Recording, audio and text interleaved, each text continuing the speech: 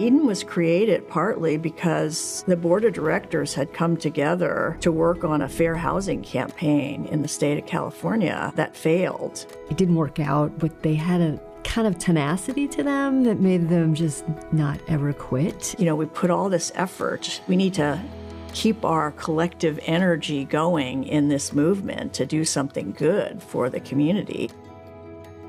I was hired by the city of Hayward in 1977 to take federal money, buy land, take it through the zoning process, and find developers to build it. That proved impossible because of some legal requirements where it had to have a voter approval before we could do it. So I had been with the city for about a year and thought my job was kind of not ever going to happen. So I went to Eileen Weinreb, who was then mayor, and said, hey, what if we contract with a nonprofit? And she goes, Eden Housing, Sarah and Bill Vandenburgh, there aren't two better people, and they're risk takers. Why don't you go talk to them? Rick Holliday is a master strategist. He set the tone for the kind of innovation that Eden has now and continues to have. My first day of work, I was driving. I didn't have an office yet, and I ended up going to the IHOP with a pad of yellow paper with a friend, Ron Green, who had graphic design skills, and we created the Eden Housing logo that still exists to this day. Within 18 months, we had 500 units under construction.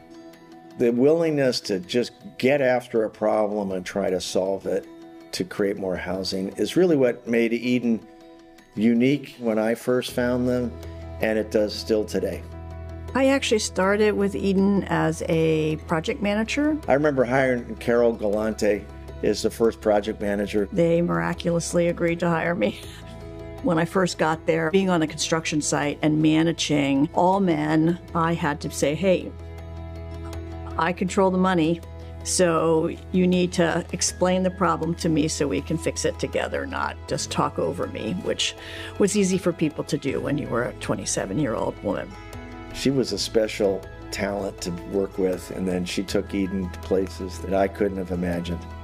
I worked on a couple of the very early developments where owners were essentially building their own homes. We were willing to take on different ways to do things that hadn't been done before. That was 6 families in Hayward, and it was so inspiring to see these people building housing. It was a challenge, but it was great, and it really became, you know, part of what Habitat for Humanity does is self-help housing, and we didn't have a Habitat for Humanity back then. The whole idea was, can you do it, empower, and do it at a low cost?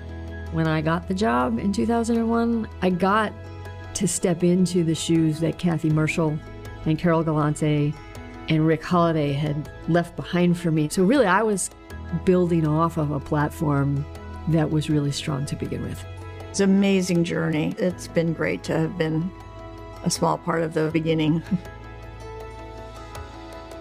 When I first went to Eden, we were contracting with the city of Hayward, so really our boundaries were Hayward. Then other cities started asking if we could engage with them. We did some stuff in Union City. Going into Fremont, going into Livermore, expanding into the broader Alameda County. Started extending even beyond that. One city would have a great experience with Eden, and they would refer us to another city. In Hayward, where we really started, I think we're on project number 30 now. I think the cities have really appreciated that Eden will go the extra mile to work with the stakeholders, to work with the city. And we have this long-term relationship.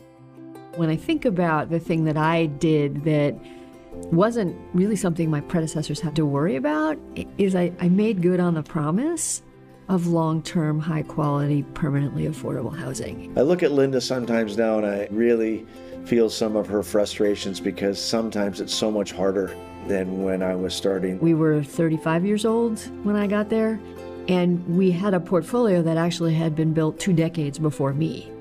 And so we had always said we were in this to make a strong commitment to permanently affordable, high-quality housing, and that turned out to be a pretty interesting and pretty heavy lift, convincing the state to change their old programs, changing laws at the federal level. So for me, I think that's really part and parcel of the legacy that I brought. One of the things I've been really interested in is how do we make sure that there are people behind us who want to lead this work and lead this industry, and I've been really spending a lot of time thinking about What are we doing at Eden to grow our leadership base? You have to be really good at putting a team together who can buy into that vision and execute on that vision with you. There are so many really great success stories at Eden. We've changed the law now several times in several programs that allowed us to preserve the affordable housing in our portfolio, and many others in California to do the same thing. I love the fact that Eden keeps doing things that are outside the ordinary and keeps trying to push the industry forward.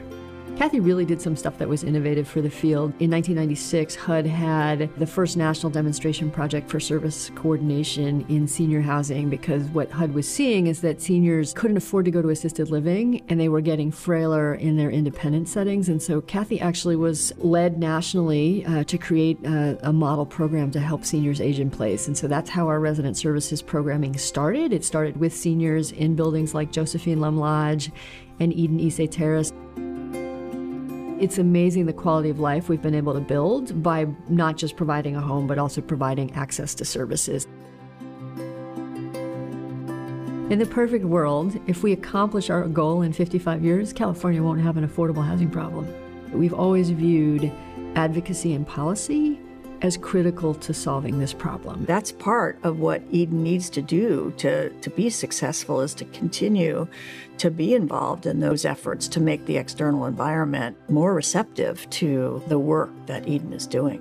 If we can shift policy so that a lot of people are trying to solve it and we're playing our part and doing what we can in the places where we work, then I think we'll have much better solutions. And I hope that 55 years from now, we are still fighting the good fight.